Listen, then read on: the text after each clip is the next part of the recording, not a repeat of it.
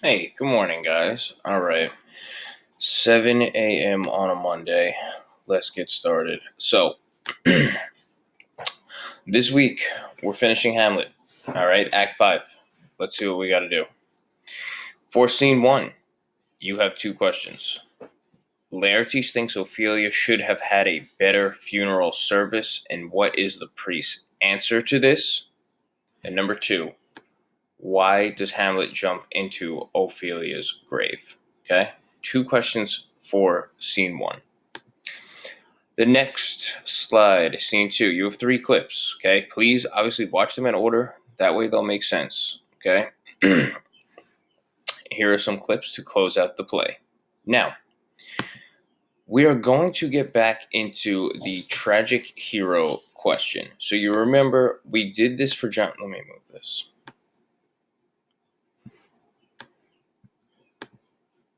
We did this for John Proctor. Was he a tragic hero or not? Okay, and there are certain qualities and characteristics that a tragic hero has. So let's go through them. All right. He must be a person of some stature or high position, such as a king, prince, or nobleman. He must basically be a good person.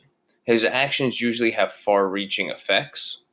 He makes serious errors in judgment. He must be ultimately responsible for the deeds which begin his downfall.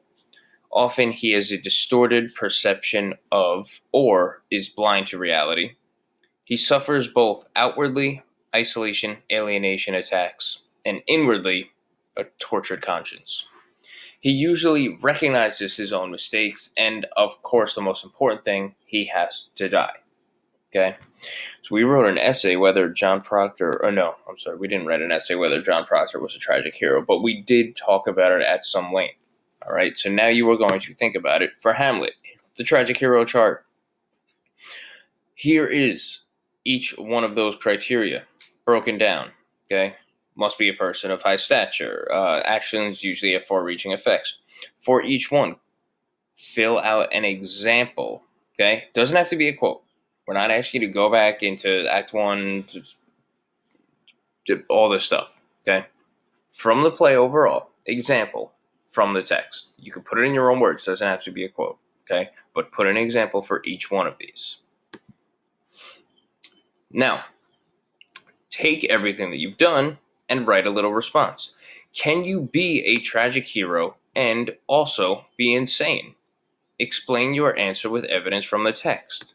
Again, this is worth 5 out of the 20 points that this whole thing is worth. So really focus on this extended response. We don't want our writing to get sloppy just because it's the end of the year. And then last slide, there are 5 questions. What does the king say to Laertes to console him after Laertes and Hamlet are separated? What did Hamlet do to Rosencrantz and Guildenstern? What news does Osric bring Hamlet?